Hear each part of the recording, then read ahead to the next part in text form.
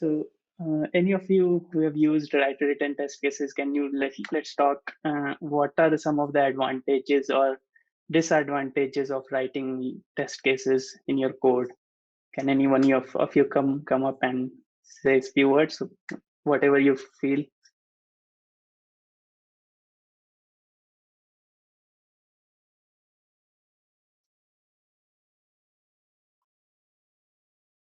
No. Okay. Okay. So those who Okay. have raised their hands, I think they are trying to speak now because we're done with the previous one. So I think we have Chanko and Sarika, they want to speak. Yeah, I can go first. Yeah. So first thing is with testing, what happens is initially it takes time, as in not if you are in client projects, not every project would necessarily have time for testing. So that's something we need to take into account. I think there is a time I would say a time compensation that is attached with testing, so that we need to take care of. But yeah, if we go past that, what we can do is there are different types of testing. So we have unit testings, then we have end-to-end testing. So I think this specifically is about unit testing. So what we do is we try to capture the behavior of components, how they should behave, as in what should the text read when the state of the component is at a certain state. So we attach data ID or test ID to our components and then check what is the content inside that component to see whether it is behaving correctly. So that's just a basic way. We can also simulate clicks, simulate a entire login flow. So yeah, that's about it. And the advanced ways of doing this, then we have something like Cypress, which captures the entire flow. But yeah, basically that's how we try to do most of it. So if someone else has some other experience. Sonko explained about end-to-end testing, where suppose if you have a web application, we try to replicate all the behaviors of a user, the clicking on each of the form where and trying to log in, so that end-to-end testing is done and then it goes to production. That is end-to-end testing, what Sonko talked about, writing through a script. And then unit test cases is about like breaking your application into smaller unit parts and testing that. So for example, if you have a button, you just create a button simple component and test if the click is working on to not, or is it working out to, or not. Sarika, you would like to add few points of your experience with testing, advantages, disadvantages? Yeah, apart from the obvious advantage, I feel it also strengthens what you're intending, like what is the intent of having that component in the first place. Like it summarizes. And Okay. in one of my recent projects, I realized that the backend team used to write these unit test cases. So when there is a lack of documentation, a quick look at it itself self-explains to the front-end developer how exactly to utilize it. Correct. Yes.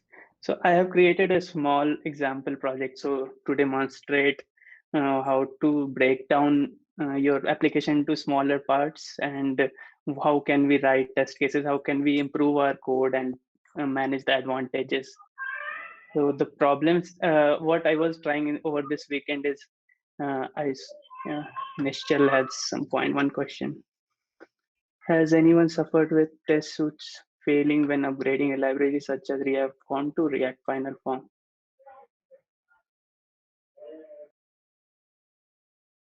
Anyone?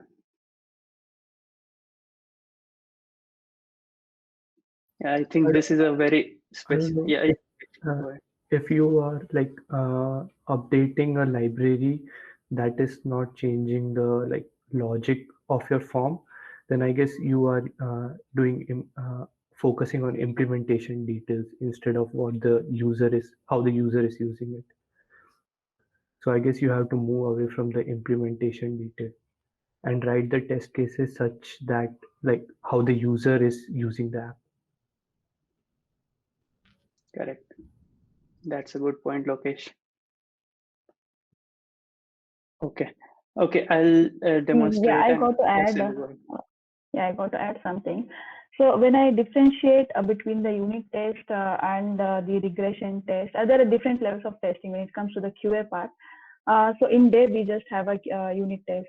So when it comes to unit test, we got to attend only the particular functionalities based on the scenarios which is impacting the code, like the chain cut of the code. When it comes to the QA, so we got to test the different types of testing levels. So initially we got to test the regression, then we got to test the end-to-end. So that is there. So when I tell about the advantages and disadvantages, so we got to cover the whole scenarios in that we maintain the traceability matrix. So the disadvantage is say 100% testing is not possible. At least we expect to cover the 99% to 95%. So yeah, this is the disadvantage and advantages. Good point, Sindhu. I'll quickly demonstrate that because most of us here haven't, we don't know what is unit testing and how do we test our application through scripts and all. So I've prepared a quick sample program. So the problem statement was I was trying to book a slot on CoWIN app for vaccination, and I came across a API. They have an open API where we can through that API we can check their slots. So the problem what I was trying to solve is I wrote a script where I wrote a cron job where every minute my script used to check the slots and send a notification to me to that slots are available. So I went through that and I prepared a sample. I have written few test cases there to demonstrate how it solves the problem in a better way. Sindhu has raised your hand. Can you go ahead, Sindhu? No, I think it's by mistake. Okay. Let me just present my screen.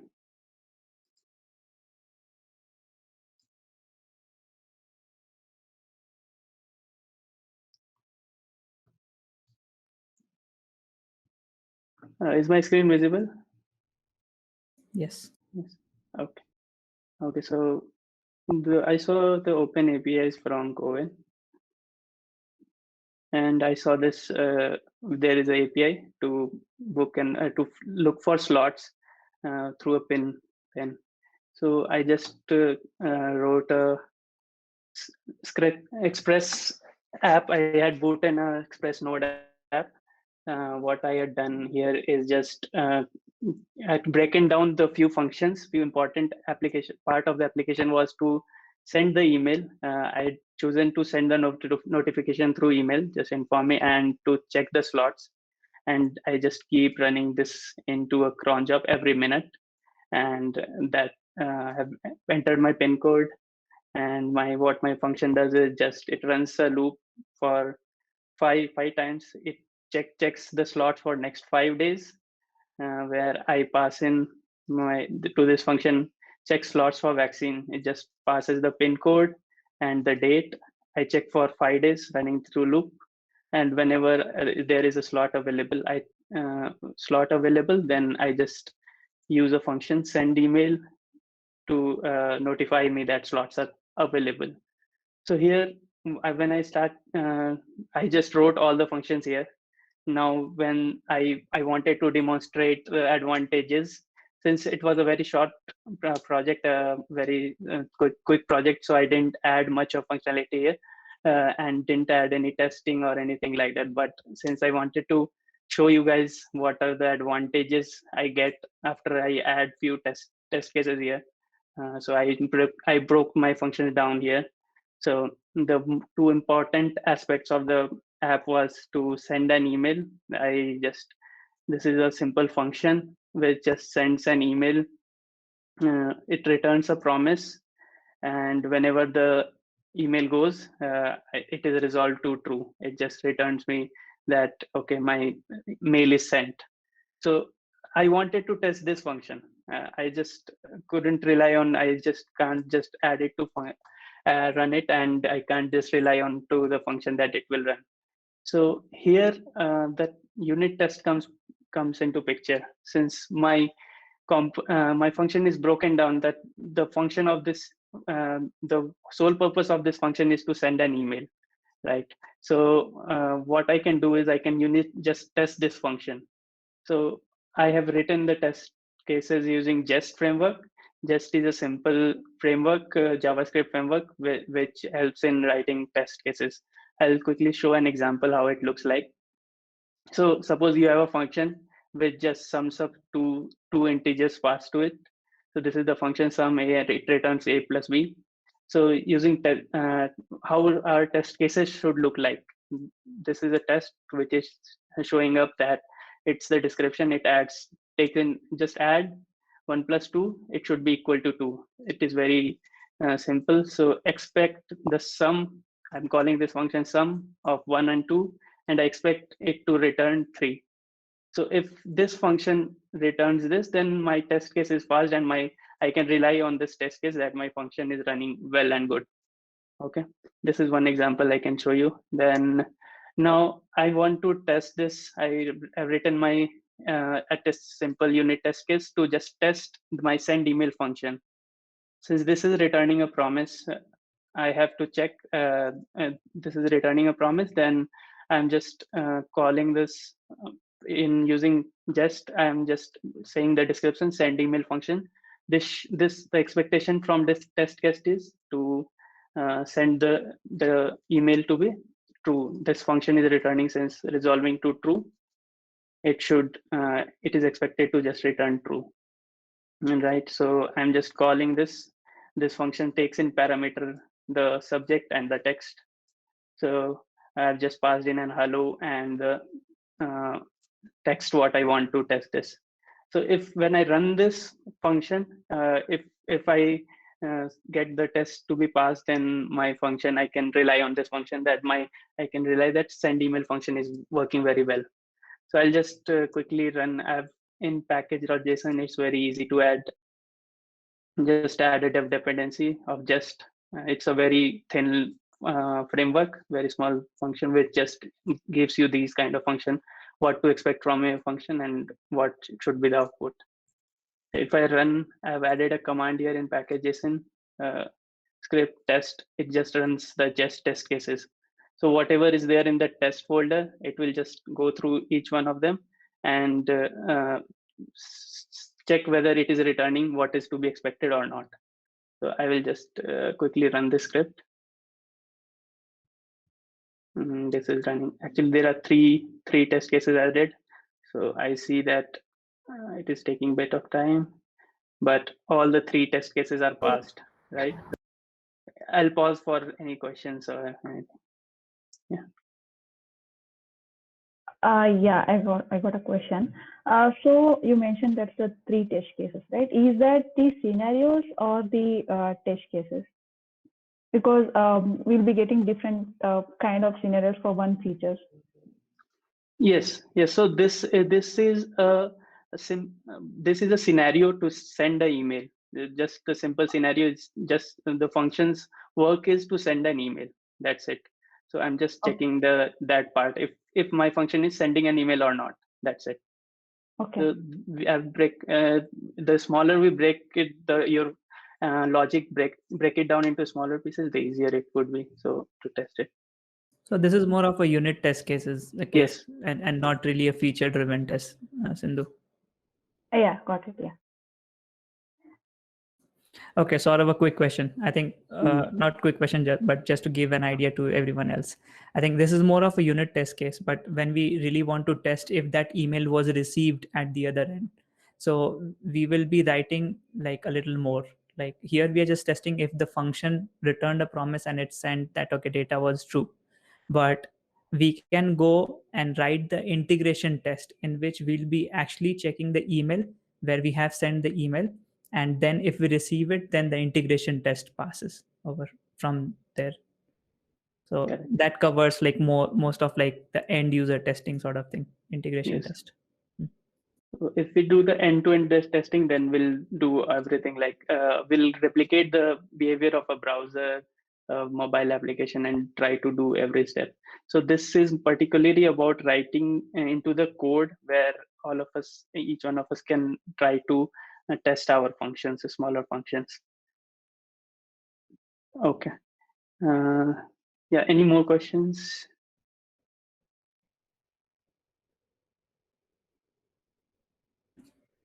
No, I think I would like to point out what, if you have sort of covered, if you're done with this demo, then probably we can move on to the next part.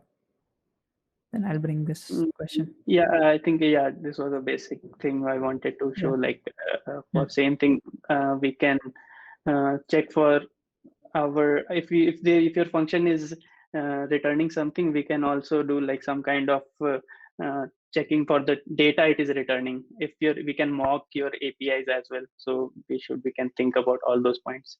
Just a quick discussion around that. Yeah, we can move on to the next point. I think the question that Nishchal had asked was, has anyone suffered with test suites failing when upgrading a library such as React Form to React Final Form? So I think this type of testing is really good. So this question also says that we can use test cases to smoothly upgrade from like one version to another.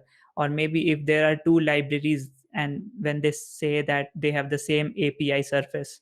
So for that case, we can use our test cases, and that can be a guarantee that, okay, this has the same thing.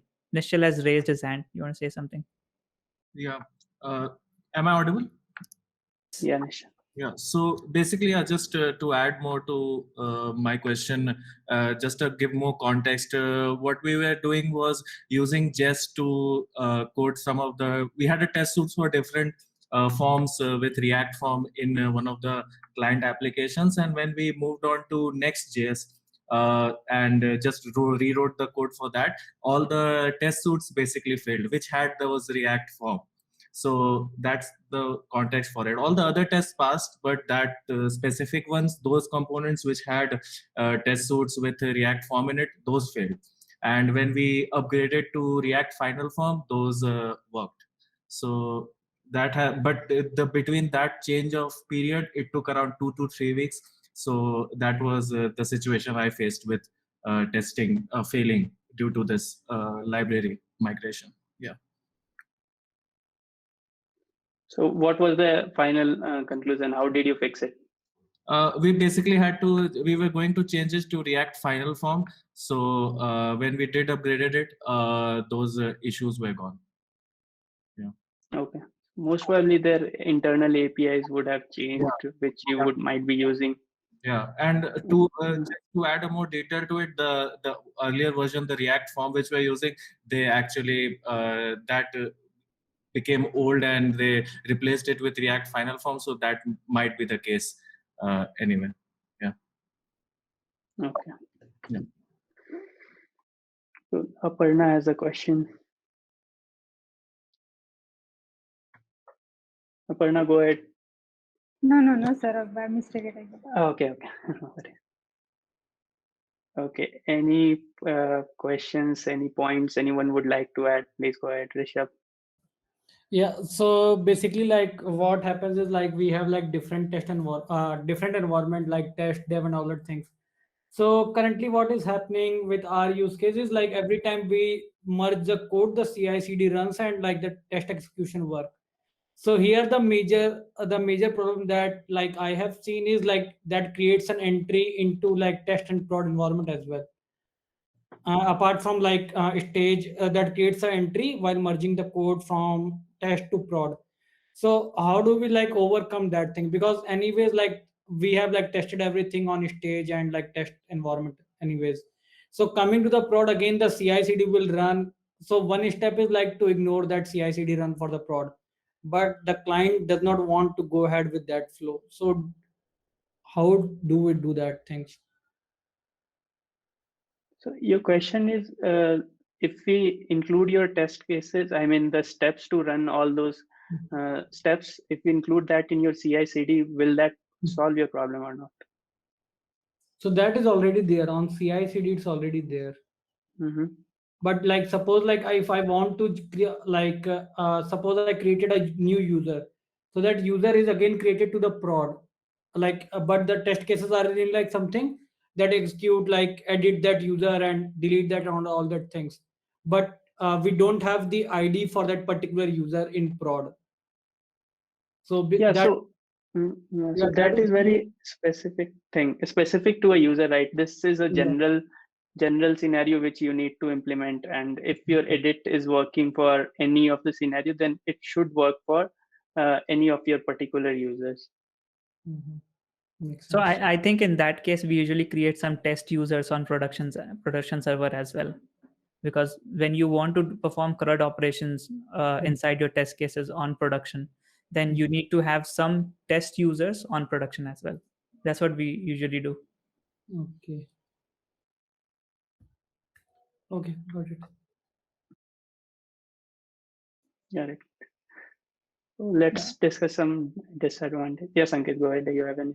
No, I think Pratik is not here in the call. They have set up like Jenkins and CI/CD pipeline, like with a custom hosting of Jenkins, and they are using it in the topgeek.com. And the CI/CD pipeline is really smooth.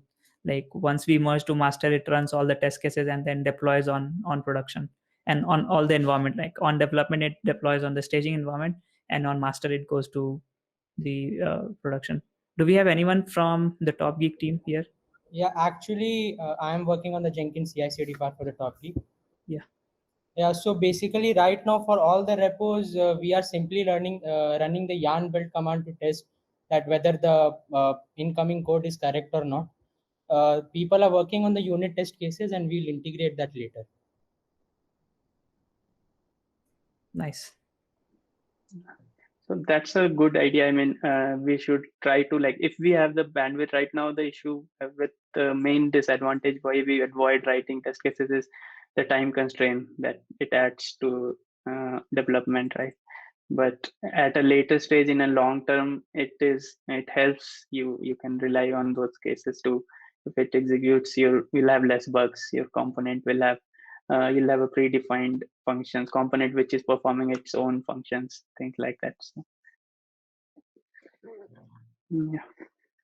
So whenever in client calls, whenever the client says that, okay, we don't want test cases, it's going to only add the time and again the cost for them, then I have this point that I always make is, okay, the time and money that you are spending right now would be 10x if you don't write the test cases, because people will spend that time in fixing the bugs or maybe whatnot at a later stage.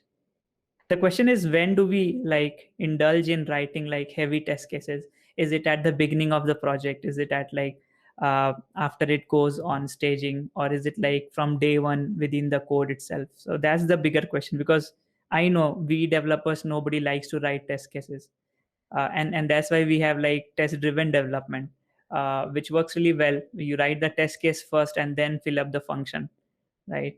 So yeah, I think that's a very subjective topic. I'll leave it for another day.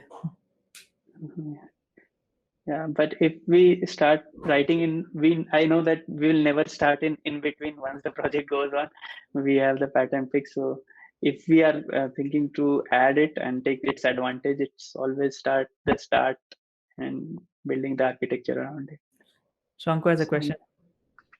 If client only has time for one of TypeScript or test cases, what should we go for? This is a tricky question. We should go for, I think, if we can leave, then I think I'll choose test cases, because that would give you more coverage on your functionality. But it usually depends. If it is more of like more on the data sizes are huge and where we have more nested data, then typing have an more advantages. So I'll judge on depending on the project, what kind of project is it. If it's more of, it can divide into smaller functions and we don't have much of nested data, and there is less chance of messing up with smaller parameters of data, then I'll choose TypeScript or else test case. So looks like the answer to all the question in tech is it depends.